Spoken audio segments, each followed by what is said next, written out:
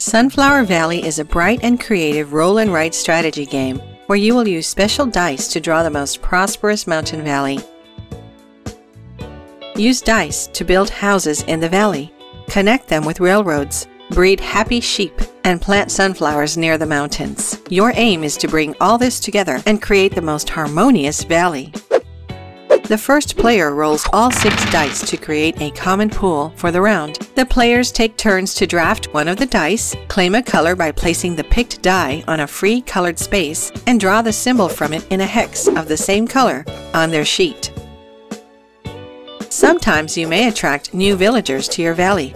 Build a house, and there will be 2 new villagers for you. Plant a super sunflower, and it will grant you 1 additional villager. Don't forget to draw ticks for each one of them in the villagers section of your sheet. At the end of the game, you may gain additional points for them.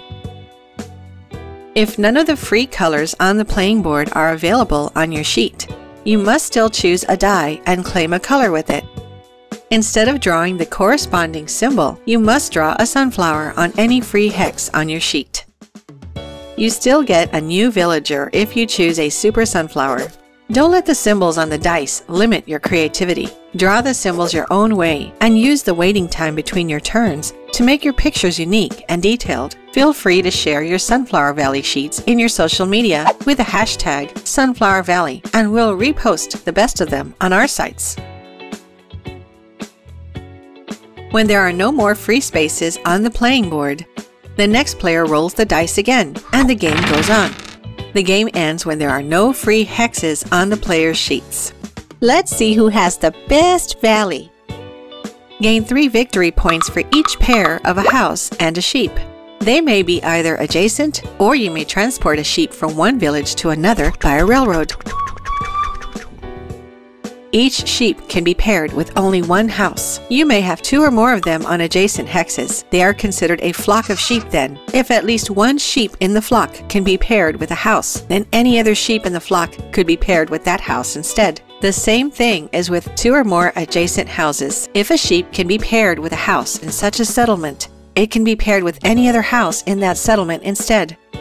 Remember though, each house in the settlement needs its own sheep. Look, we have 6 houses with their own sheep. By the way, did you know you are going to fall asleep 2 times faster if you count 2 sheep at a time? Subtract 5 points for each house without a sheep. It's wise to make sure that your houses can be paired with sheep in multiple ways to increase your chances of pairing them all. Gain 3 victory points for each colored area of your sheet where you have the most sunflowers. If there's a tie for a certain area, nobody gains victory points for it.